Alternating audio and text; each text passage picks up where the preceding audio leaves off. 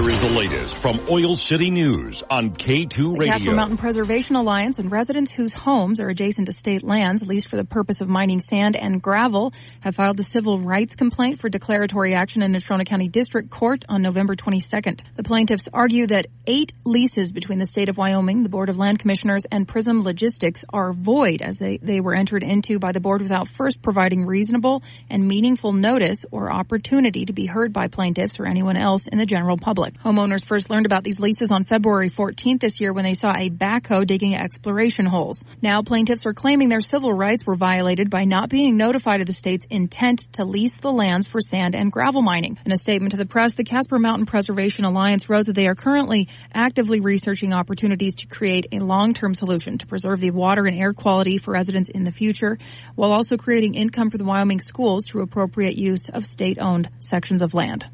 On November 19th in Casper, a Torrington man was sentenced to 30 years in prison with 3 years of supervised release for possession with intent to distribute fentanyl. 40-year-old Nicholas Elton Terry was pulled over by Wyoming Highway Patrol for speeding on I-25 in Laramie County. The trooper said he appeared nervous and he was unable to produce any documentation for himself or the vehicle. While they tried to figure things out in the patrol car, another trooper deployed a narcotics detection canine who alerted to the presence of a controlled substance.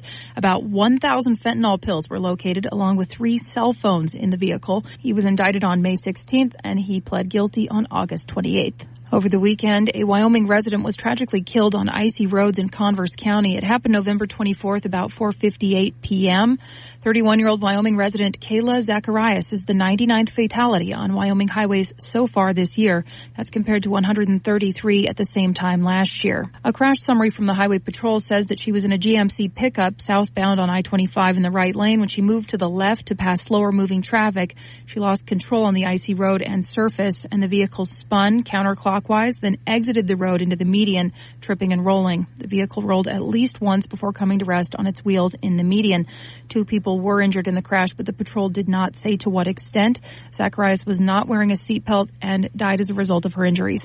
The National Transportation Safety Board is currently investigating a Sunday afternoon plane crash at the Northeast Wyoming Regional Airport.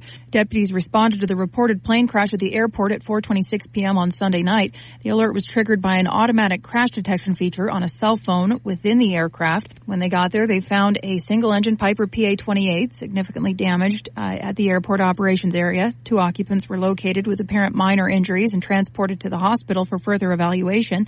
Preliminary findings suggest the plane crashed shortly after takeoff while heading north. This investigation is ongoing, and it's been turned over to the National Transportation Safety Board. They will issue any further information about the incident.